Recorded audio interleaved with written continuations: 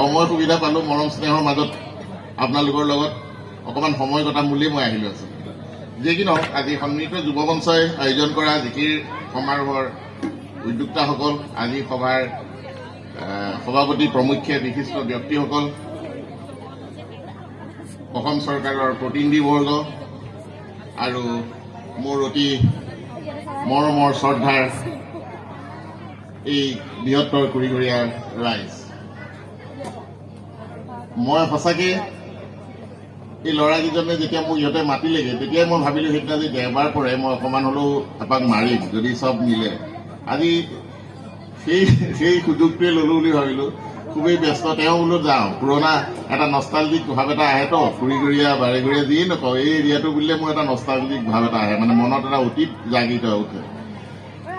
আৰু আমি ইয়াতে কিছুমান কথা পাতি থাকোঁ, ধৰক আলোচনা হয়, মিটিং হয়। এতিয়া এই তেখেত গুৱাহাটীৰ পৰা আহিছে, তেখেতেও কৈছে কিছুমান কথা, সেইফালৰ মাইনৰিটি অধিগৃহ মানে অঞ্চলৰ কথা কৈছে, হিন্দু মুছলমানৰ কিছুমান মাইনৰিটি জেগাৰ কথা কৈছে, তাৰ মানুহখিনি এনেকুৱা, তাৰ মানুহখিনি এনেকুৱা।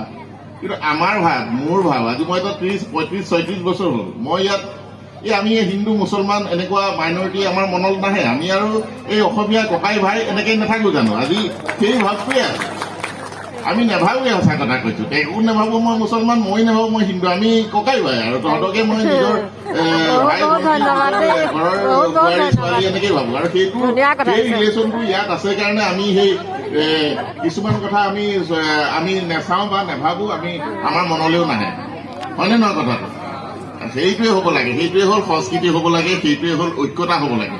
কাৰণ অসমীয়া জাতি এটা গ্ৰহণ কৰি জাতি জীয়াই থাকিবলৈ হ'লে অকল এটা নহ'ব, হিন্দু মুছলমান লগ লাগি আমি ককাই ভাই নিচিনা এটা সংস্কৃতি আগবঢ়াই যাব লাগিব। এতিয়া এইবিলাক কিছুমান কথা ওলাই, এইবিলাক শুনিবলৈও বেয়া, দেখিবলৈও বেয়া।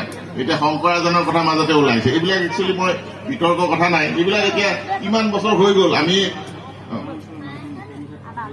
মই সেইটো কথা কৈছোঁ, এই শংকৰাজানৰ কথা এতিয়া আৰু আকৌ এক্সপ্লেইন কৰিবলৈ কথা নাই, কাৰণ আমি সেইটোৱে শুনি শুনি আমি ইমান বুঢ়াই হ'ল আৰু প্ৰায়, হয়নে নহয়? ইমান বছৰ গ'ল, এতিয়া সেইবিলাক বস্তু ডিবেট কৰাৰ সময় নাই আমাৰ।